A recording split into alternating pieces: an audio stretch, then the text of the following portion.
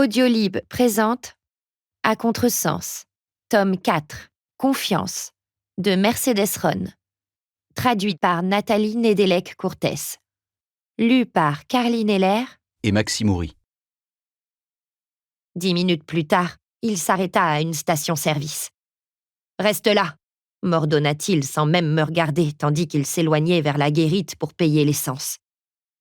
Je profitai de l'occasion. Je descendis d'un bond, jetai le casque par terre et m'éloignai le plus vite possible. Je ne voulais même pas lui accorder un regard. « Noah !» Je l'entendis laisser tomber ce qu'il était en train de faire pour me poursuivre. Il se rapprocha et je m'enfuis en courant. Je ne voulais pas le voir. Je ne voulais pas qu'il me touche ni qu'il crie. Je voulais mettre le plus de distance possible entre nous deux. Cette nuit, c'est lui qui avait dépassé les bornes, pas moi. J'arrivai à l'arrière d'un bâtiment en construction. J'écartai la clôture, libérant ainsi un étroit passage, et me glissai à l'intérieur. Le passage était trop petit pour Nicolas, alors je m'arrêtai, et quand je l'entendis s'immobiliser de l'autre côté, je me retournai pour le voir et je vis ses yeux fous furieux me scruter. « Sors de là ! Non !» Ses mains s'agrippèrent à la grille. Il était plus furieux qu'il ne l'avait jamais été depuis que je le connaissais. « Tu crois que je peux pas sauter par-dessus cette putain de clôture ? Et que comptes-tu faire une fois que tu l'auras fait, Nicolas ?» Je sentis mon corps se mettre à trembler. Non seulement l'adrénaline commençait à disparaître, mais les paroles que Nicolas venait de prononcer résonnaient aussi sous mon crâne, en boucle. Il se tut un instant, parce qu'il ne savait probablement pas du tout ce qu'il devait faire. Je me frottais les bras pour essayer de me réchauffer. Je voulais rentrer à la maison, je voulais partir, mais je ne voulais pas que ce soit lui qui m'emmène. « Putain, Noah !»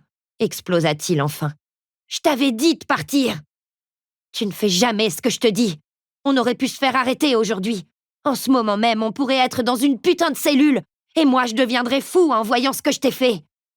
Ça te vient parfois à l'esprit que ce n'est pas une relation à sens unique, que ça nous concerne tous les deux, que moi aussi je m'inquiète pour toi, et que j'en ai marre que tu me mentes et que tu me laisses en dehors de ta vie.